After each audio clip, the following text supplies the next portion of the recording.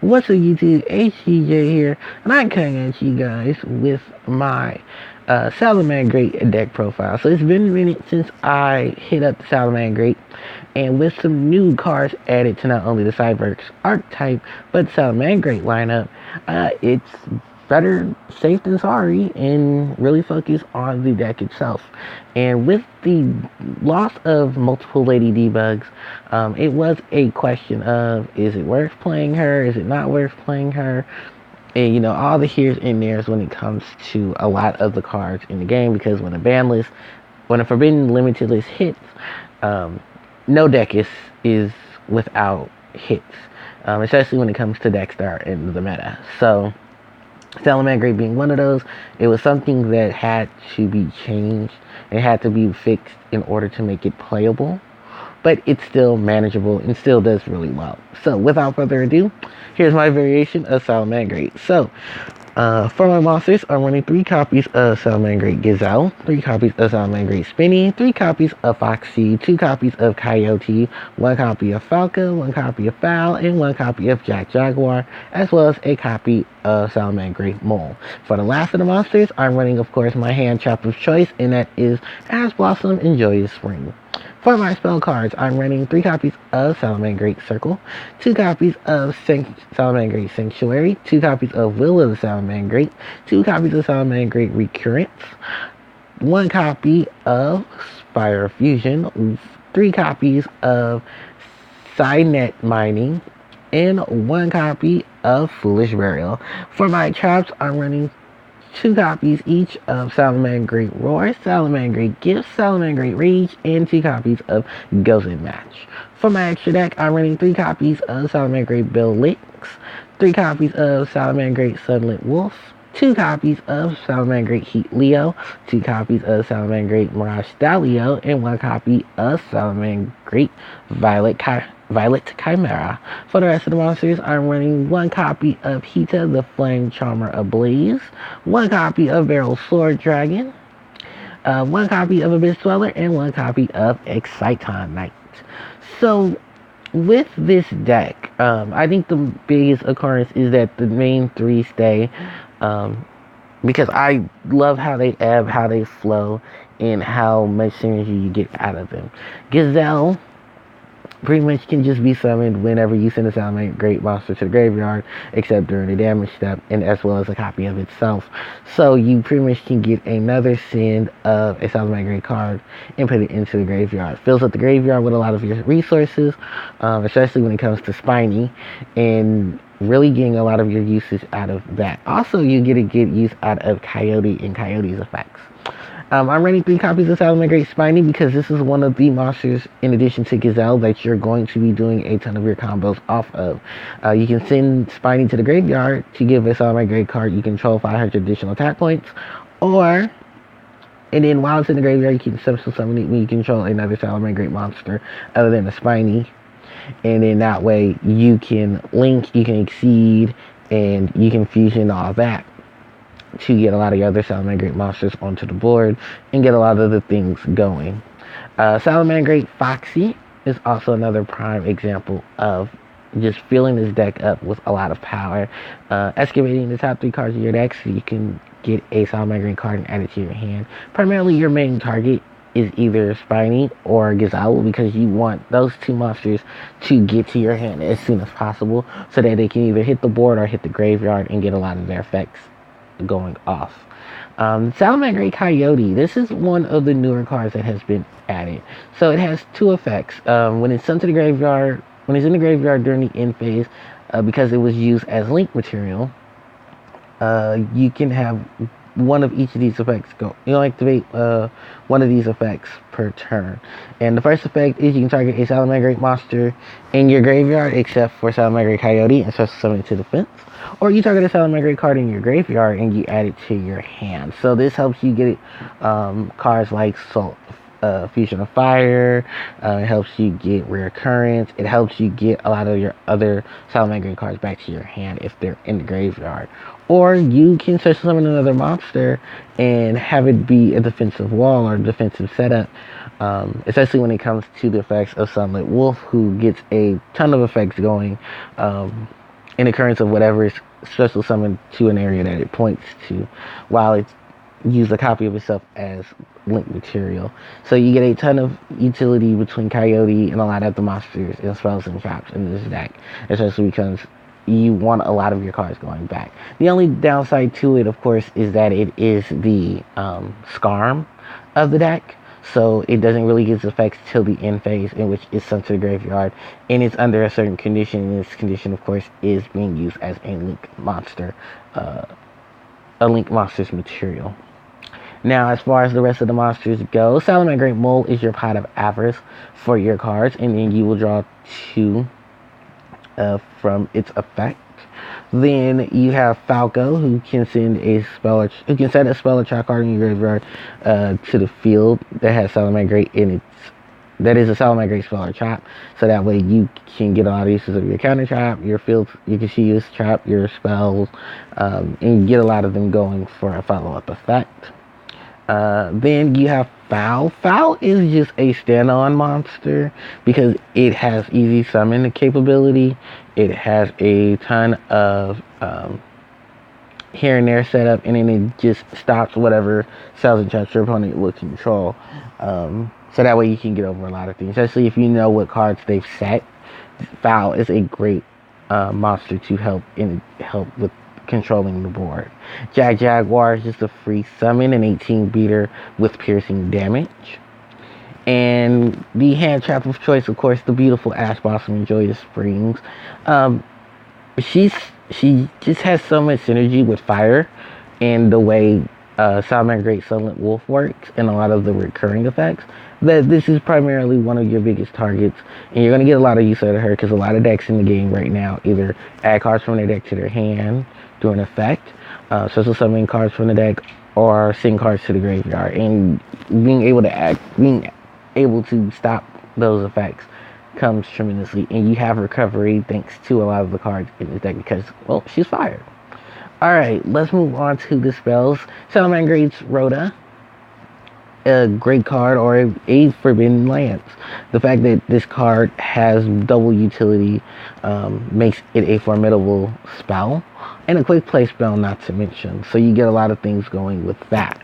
And that is why it's a must-have at 3. What isn't a must-have at 3 is Sanctuary, and this is a very situational fill spell because a lot of the things that occur, you need a monster that has a copy of itself used as link material for its link summon, which is not bad, but is a once per turn effect. Luckily enough, the main monsters you're going to probably use this with is Sunlit Wolf or Heat Leo for their additional effects. But in other occurrences, you can get a lot of defensive plays out of this. You can get a lot of offensive plays out of this. It's just depending on how much you want to invest in your monster, whether it's losing its attack points or gaining you the life points. Which I rarely use that effect, to be honest. What effects I do use happens to come from the next card, and that's Will of the Salamangreat. Pretty much the hysteric party of the Salamangreat. You just summon monsters from your graveyard up to the number of monsters used for the link summon of the link material of a link monster that use a monster for that have the same name for its link material. Not to mention, you can get some of your Salamangreats from the graveyard with such ease.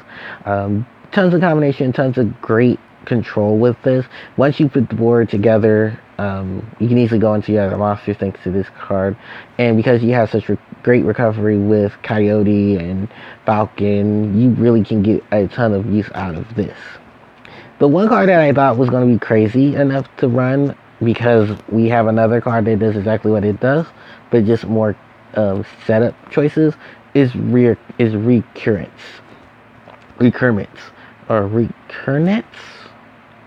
I hate when new cards try to combine 2 words and just go crazy with it. But pretty much this is the Salamangreat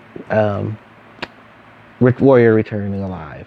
It does have a great additional effect of when it's destroyed by a card effect on the graveyard. You can have a Salamangreat spell or trap from your deck to your hand, in addition to recovering your monsters without having to deal with so many crazy things. The fact that when this card is set and destroyed and gets additional effect is amazing, and both effects can be used in the same turn. So that way you can have this be popped. Then you can, add a spell or trap card from your deck to your hand, and then you can get your 2 monsters in response to it. What else is it? We're gonna talk about Fusion of Fire for a minute. Really just the only fusion spell that this deck has. It only recurs with 1 monster. I don't know how well people are going to still stay for the Violet Chimera OTK. But it's still a great option because Violet Chimera is an amazing monster. Now let's go on to Salamangreat Mining. So this is pretty much the card I think a lot of people are excited about.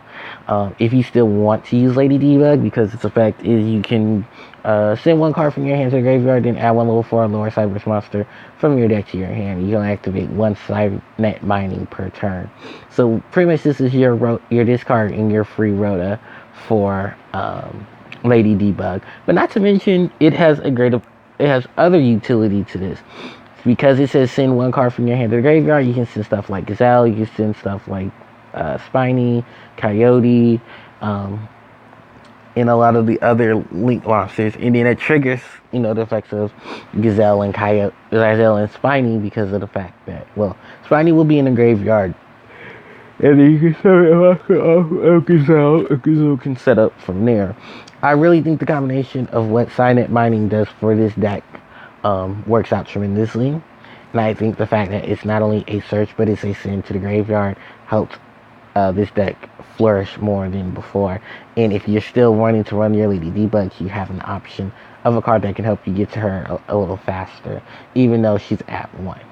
Yeah, the last card in this deck to talk about, of course, is Foolish Burial, but this is mainly between Spiny, Gazelle, Falco, and Spiny, Gazelle, Falco, now with Coyote and Mole, because of the fact that you can easily send these cards to the graveyard and then have Foolish Burial help set up. Or waiting for a ton of time trying to figure out what monsters to send in the graveyard. This is pretty much just a one-up because of how much extension this card can give to a lot of decks, especially this one. We're going to move on to the trap cards. Salamangreat Roar is pretty much their Solemn Judgment. Salamangreat Rage is their Icarus attack. And it can hit multiple cards if you use 2 or more monsters with the same. That was used for, if you use a Link monster whose Link material is had the same name as it, then you have the draw card in the form of Salamangreat Roar, which is a great discard for your Salamangreat monsters. You send Salamangreat monster from your deck to graveyard to draw a card, and then if you control a Link monster that had a card that used the same name as it, sent to the graveyard for its Link summon, you'll draw 2 cards and discard a Salamangreat, draw 2 cards. So you have those various options there for once a turn effect. And then of course the goes in match following. Like you use goes in match, you can use rival warlords.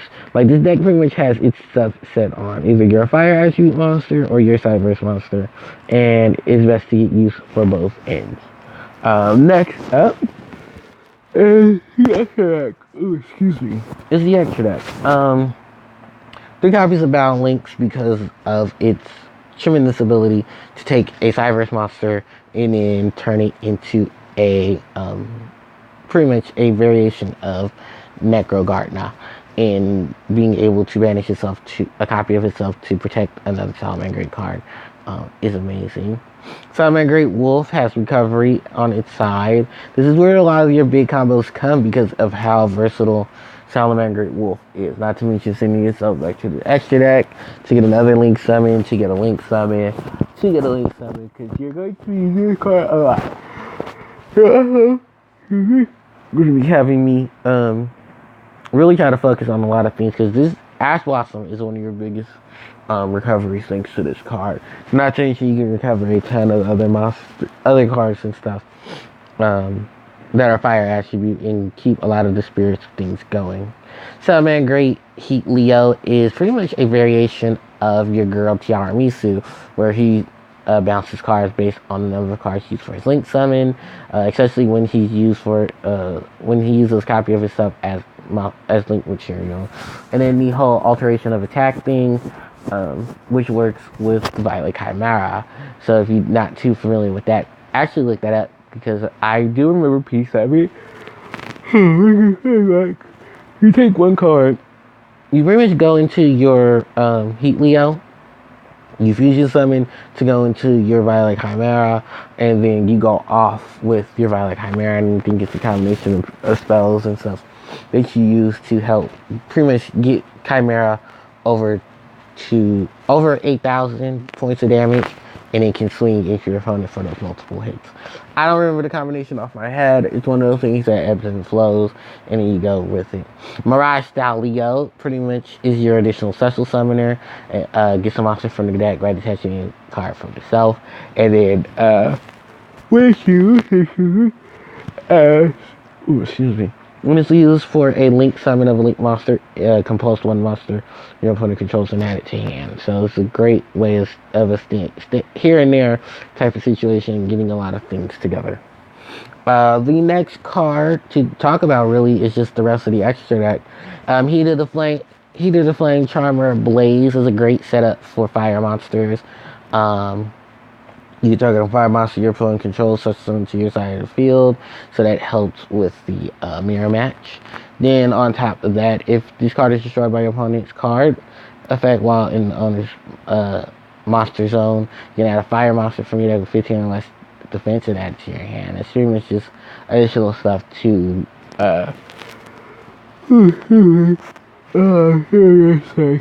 it's very, very weird with this card, but it's very optional. But it does have a Witch of the Black Forest effect, so take advantage of it as much as you can. Barrel Sword Dragon, just a great 4 to have in any deck.